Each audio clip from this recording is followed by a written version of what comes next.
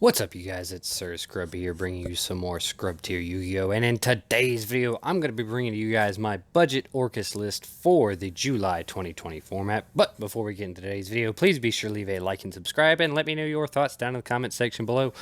And if you do want to see more creative deck profiles from me, please be sure to check out the description with all the different ways you can help support the channel to bring you guys new content. Now, before we get into this video, I want to go ahead and let you guys know at the onset I am proxying a couple of cards, not because they're expensive, but because I know my personal finances are going to be in such a way to where I'm not going to be able to bring this profile to you guys with all of the cards in them for quite some time. So I ran a poll over on Twitter, so go ahead and check me out over there. I do polls like this all the time, and you guys said 1 to 3 proxies is okay. This is actually 4 proxies because I thought I had a card, but I didn't end up having the card, but it'll be okay, and I'll point those proxies out to you when we get there.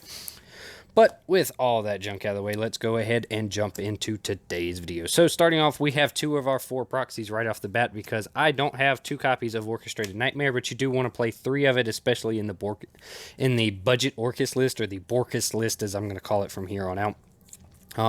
Just because you want to see Nightmare as much as you can, you want to find it into the graveyard as much as possible, and a good way of doing that is to get it into the hand sometimes. There's all sorts of like link monsters and all sorts of generic cards we can play that requires discards and stuff like that, so it's good to have in hand. It's a good card all the way around. Then you want 2 copies of Symbol Skeleton just for your resource management, just to make it easier if you're not quite able to recycle one like you want to. You have the other one in the deck to be able to dump it to the graveyard as you need. And then for our third proxy, we have Super Poly here, which is standing in for Orcust Brass Bombard. I've actually thought about bumping Bombard up to multiple copies, especially in this budget variant, because if you can open a Bombard plus a Nightmare, you actually... it's a good 2-card combo to start your plays off with a Galatea. So normally, like when you normal summon a Scrap Recycler and you dump your Nightmare into the graveyard, you have to start with your Nightmare plays, and all you have on board is a Scrap Recycler. Whereas, if you can Brass Bombard, you can start your Nightmare plays off with a Galatea already on field. So it's a great way to get your engine rolling just by playing Yu-Gi-Oh! Then we have 2 copies of World Legacy World 1. Really, really great card for the deck. It's absolutely essential to your combos. It's going to be the thing you're going to be dumping off of your Orchestrated Nightmare 9 times out of 10 just to be able to get that extra body on board to be able to continue your plays. That's it for the actual Orcust monsters, the actual Orcust engine itself. It's a pretty tight engine. The rest of the deck is really just fun stuff, to be honest. But of course, we need to have our normal summon, so we're playing 3 copies of Scrap Recycler. I'm not playing Scrap Golem, because while it is a fantastic play, I'm not trying to knock the entire Scrap Wyvern Golem play. It's really, really, really good. I wanted to stick to a pure Orcust list on this one. I wanted the main focus to be on the Orcust engine, not just link spam vomit.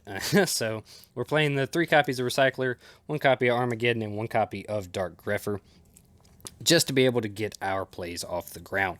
And then also in that same vein, we're playing a small danger package, 1 copy of Mothman, 1 copy of Jackalope, and 1 copy of Tsuchinoko. I thought about putting multiple copies of Mothman into the deck because Mothman, it has an interaction in this deck similar to zombies, because even if you whiff on the Mothman, you can still get your Nightmare into the graveyard. As a matter of fact, 9 times out of 10, you kind of want to whiff on the Mothman, so that way you can guarantee to get the card you want, and you still get the draw anyway.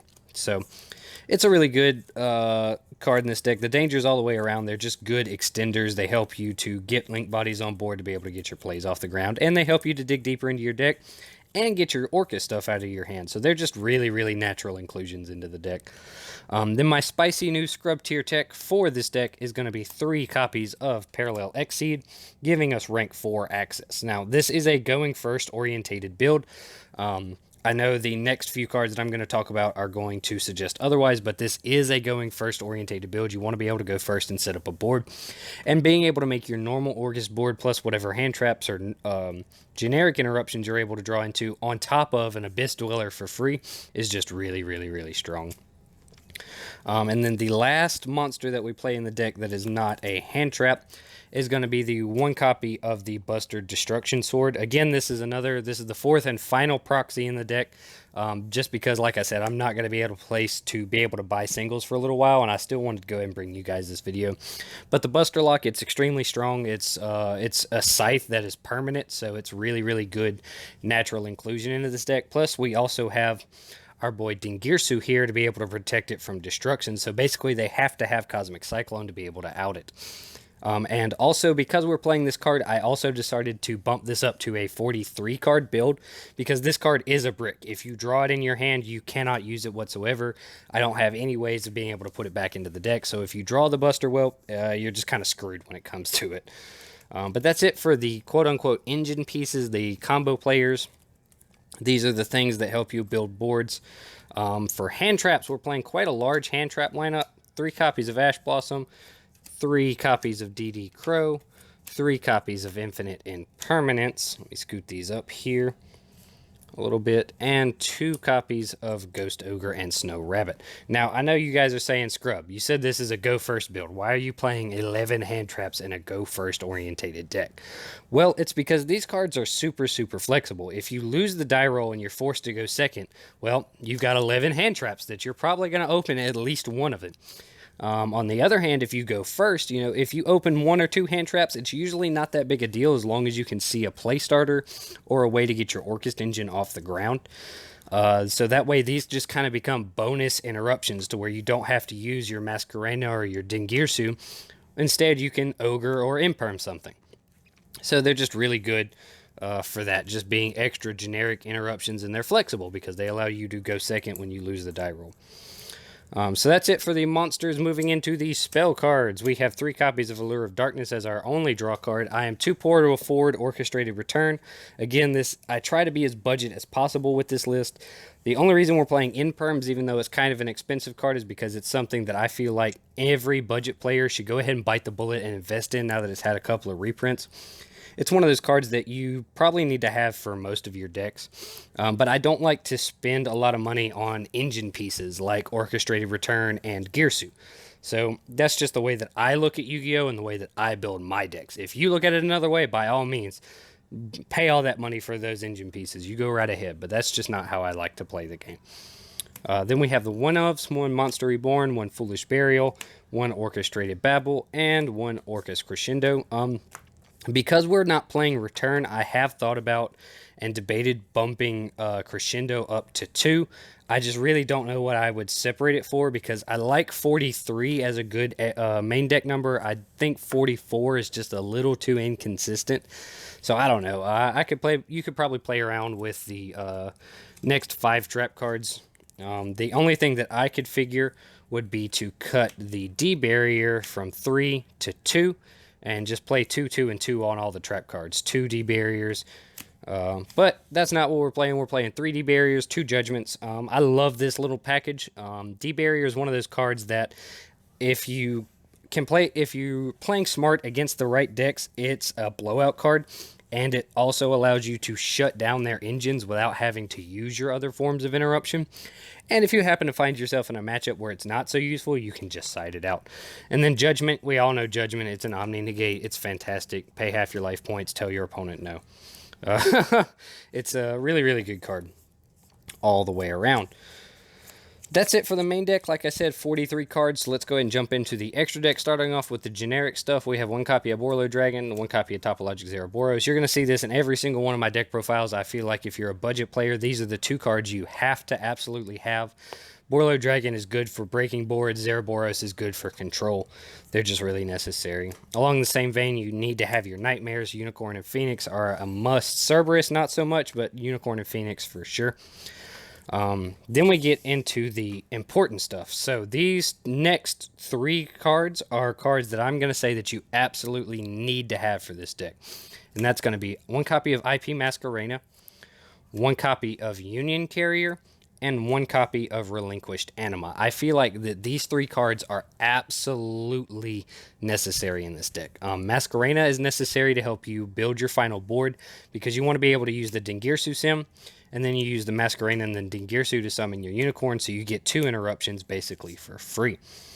Union Carrier is super important because we don't have Gearsu. So what you're able to do is if you're able to find any way to get Union Carrier plus any Dark Monster on board, you can actually attach your Orcust Nightmare from the deck to it, and then you just link or find any way to send that Dark Monster to the graveyard, and now you have your full Orcust combo available to you straight from your extra deck.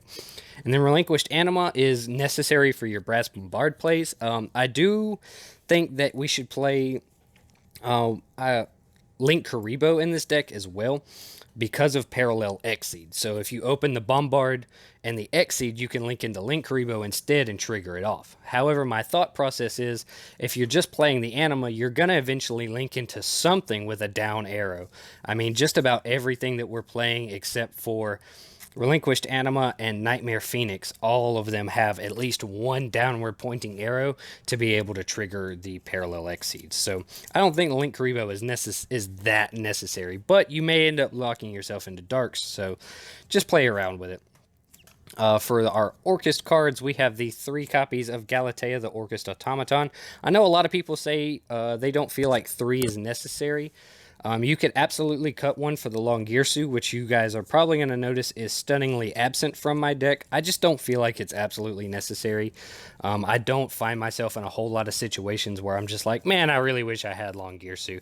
I just don't feel like it's a card that you absolutely have to play. But if you do want to play it, you could definitely cut one of the Galateas for it. You could also cut a Galatea for the Link Karibo, stuff like that. And then, of course, we're going to be playing the 2 copies of Dingirsu or the Orcust of the Evening Star. I feel like these 5 cards is your necessary package.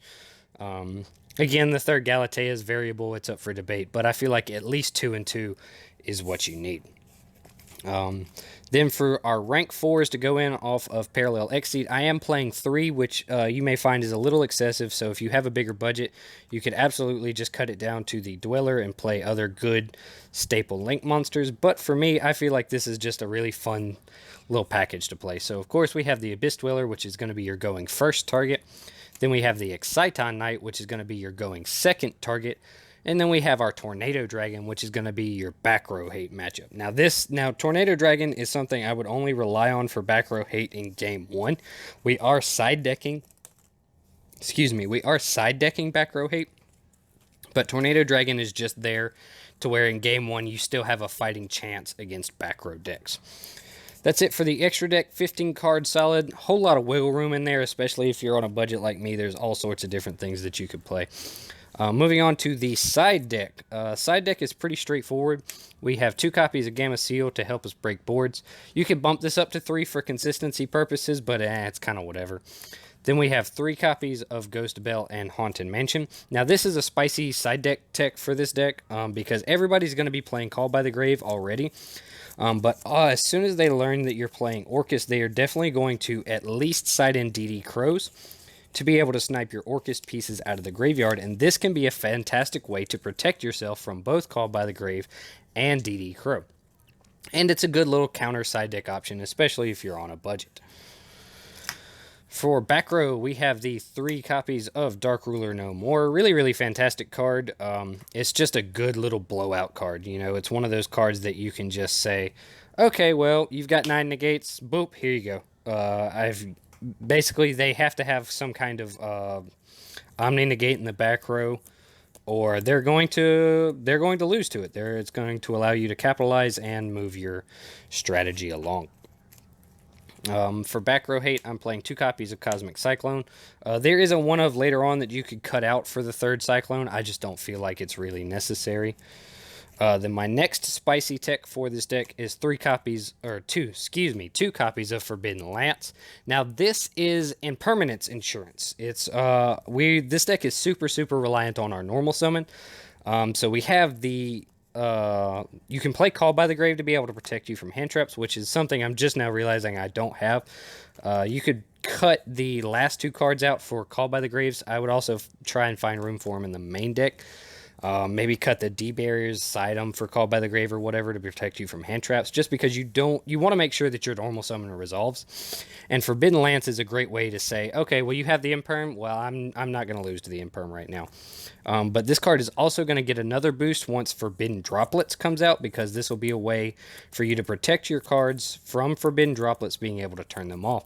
Because 9 times out of 10, you're just going to end with the Masquerena on board, and you're just going to Masquerena pass 9 times out of 10 with your Dingirsu engrave. So what they're going to try and do is try and turn off the Masquerena to prevent you from being able to use it. And then you can just use the Lance to say, nah, I'm going to keep it. Then that one of I keep mentioning is 1 copy of Mind Control. It's really good just to help you make your link plays. If you see it, you see it. If you don't, you don't. I kind of go back and forth on it. You could cut it to play a 3rd copy of any of the 2 ofs in here. And speaking of, the last 2 of is 2 copies of Crackdown. I feel like this is just a good blinding option. A lot of people aren't expecting this card, and if you know how to use it correctly and in a intelligent manner, it can really be a turn ender against the right combos. So it's definitely something that I would suggest checking out and playtesting for yourself. But that's all I've got for this video, you guys. If you did enjoy this video, please be sure to leave a like and subscribe, and let me know your thoughts down in the comment section below. And if you do want to see more creative deck profiles from me, please be sure to check out the link in the description with all the different ways you can support the channel. Head on over to the Coalition of Scrubs, which will be linked in the description, where I am a founding member. I hang out with my buddies over there. Check out all the guys that are over there at the Coalition of Scrubs. They're all great people. They all deserve your support. But most importantly, don't forget, be a scrub. Peace.